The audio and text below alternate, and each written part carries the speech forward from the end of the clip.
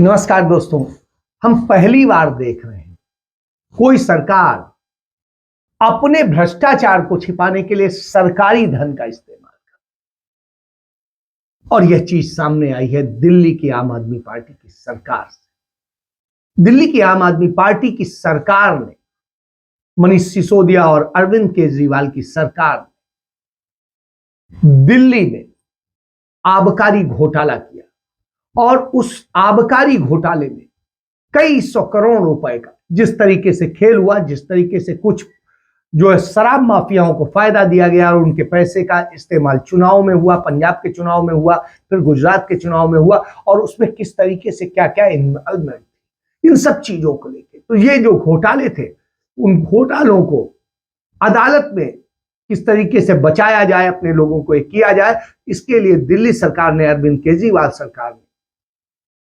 25 करोड़ रुपए, 25 करोड़ रुपया सिर्फ वकीलों को फीस देने पे खर्च कर दिया कि साहब लिखकर स्कैम की आप पैरवी कीजिएगा। और यह स्थिति, ये वो सरकार है जो कहती थी हम पैसा खर्च करेंगे किस पे, जनता पे, जनता के लिए। तो जनता के लिए तो साहब इन पिछले 10 साल की वहां की सरकार ने एक भी सरकारी जो है अस्पताल नहीं बनवाया, और कहते हैं हम स्वास्थ्य मॉडल बना रहे हैं, ये कर रहे हैं। बनाया क्या? मोहल्ला क्लिनिक जो खोखे में करके तैयार किए गए, और जबकि वहां पर पक्के तकरीबन 150 क्लिनिक थे, उन्हें बंद कर दिया गया, और उनकी बजाय ये जो है मोहल्ला क्लिनिक नाम दे करके ये खोखे में बना दिया गया, और इससे दुनिया में बताया गया आज साहब हमने बहुत बड़ा हेल्थ मॉडल खड़ा कर दिया। और जो अस्पताल थे, दूसरी चीजें थी, उन्हें बिल्कुल पंगु कर दिया। कहा कि हम 10 लाख तक का इलाज मुफ्त दे रहे हैं। इलाज मुफ्त दे रहे हैं तो कोई आप ही थोड़ी ना दे रहे। उसके पहले जो है शीला दीक्षित की सरकार में ही फ्री हो गया था। तो जब शीला दीक्षित की सरकार ने 2013 में फ्री कर दिया था, तो आप क्या कर रहे हैं? वो तो आपने उसी को एक्सटेंड किया। उन्होंने प्रचार नहीं किया था, आपने प्रचार किया, और प्रचार पे कितना खर्च करते हैं मुझे बताने की जरूरत नहीं है, तकरीबन 800 करोड़ रुपए आप खर्च करते। तो यह स्थिति।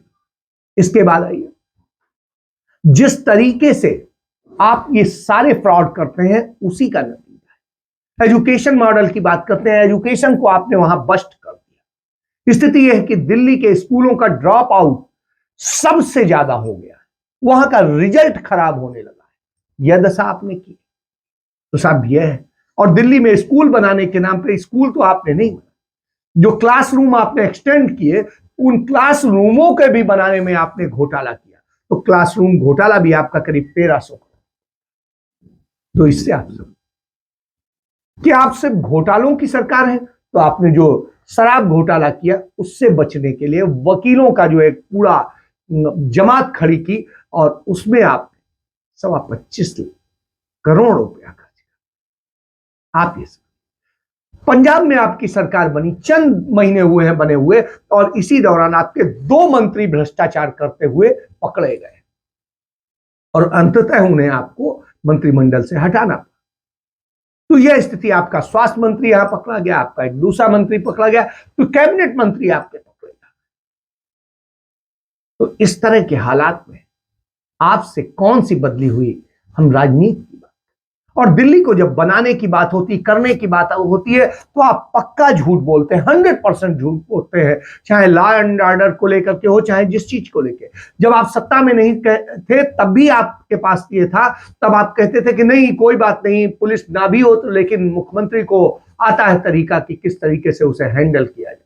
लेकिन आप नहीं कर सके, और अंजलि जैसे तमाम सारे केस हो गए, और दिल्ली रेप कैपिटल बन गई। इसके बाद दिल्ली को किस तरीके से आपने बर्बाद। यमुना इतनी प्रदूषित हो गई कि एनजीटी को अब मजबूरन वहां के एलजी के अध्यक्षता में कमेटी बनानी पड़ी कि किसी तरह यमुना को बचाओ, कि यमुना तो गंदा नाला से भी बदतर हो गई। और इसके बाद आपने जो किया है वो यह किया है कि किस तरीके से आप वहां की बाकी व्यवस्थाएं खराब की, और आप रोज लड़ते रहते हैं। वहां पर जब नगर निगम बन के तैयार हुआ, एमसीडी बन के तैयार हुआ, उसमें आप जीत के आए, तो जीत के आने के बाद में वहां पर चुनाव हो, सारी प्रक्रिया डेमोक्रेटिक तरीके से हो, उसकी बजाय आप हमला करते हैं, आप लड़ाई करते हैं, आप सदन में जूतम पैजार करते हैं, महिलाओं को मारते हैं, इससे ज्यादा और बुरी स्थिति क्या हो।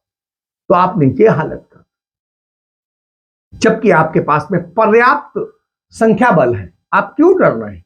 इसका मतलब है आपके मन में चोर है। तो यह स्थिति है। आप सिर्फ ड्रामा कर सकते हैं, लड़ने का ड्रामा करके अपनी नाकामियां छिपा।